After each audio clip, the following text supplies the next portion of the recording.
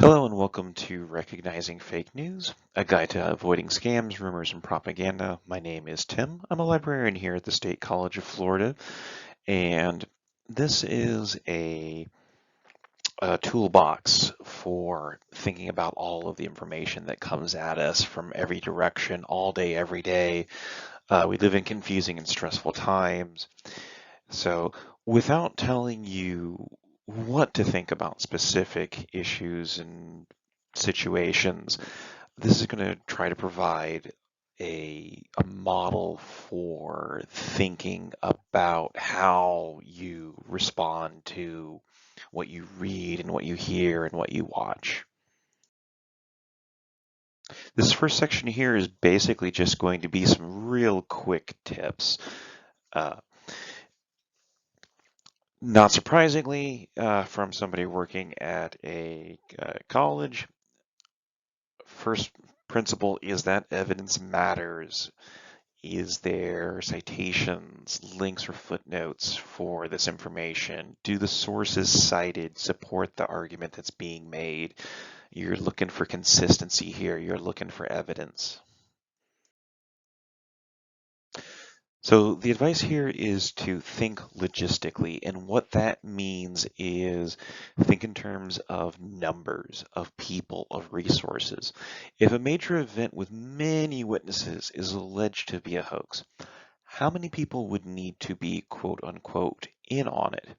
Is it too many people to be realistic? Respect credentials, but also check them. We're told to respect expertise, but what happens when two sides of a conflict bring their own experts? What then? Well, you want to ask yourself, how qualified is someone to speak about a topic?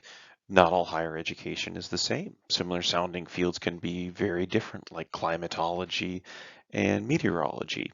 Many professions, like medicine, are very large, and thus some individuals might have beliefs not widely shared by their peers or supported by available evidence. Don't forget about the most important parts of scientific studies, that the results can be reproduced and verified.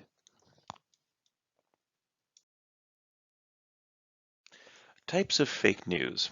The types of fake news that we're going to discuss in this presentation are satire, rumors, propaganda, bad journalism, and scams.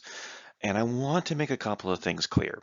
First off, even though we're using the term fake news, it's being used very loosely, and mostly just because it's a convenient label that just about everybody recognizes now.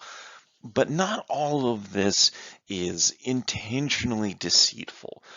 Some of these categories are the the products of human error.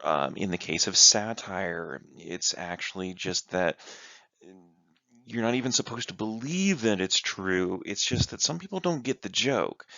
Um, so this is also a very simplified scheme of uh, fake news, and you might yourself think that there should be more categories because maybe some of these things that we're going to talk about don't belong in the same categories.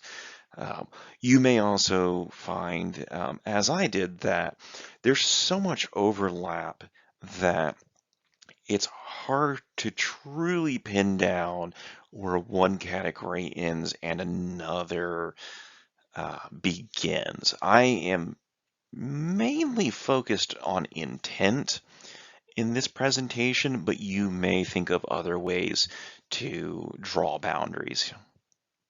And I think that's perfectly reasonable.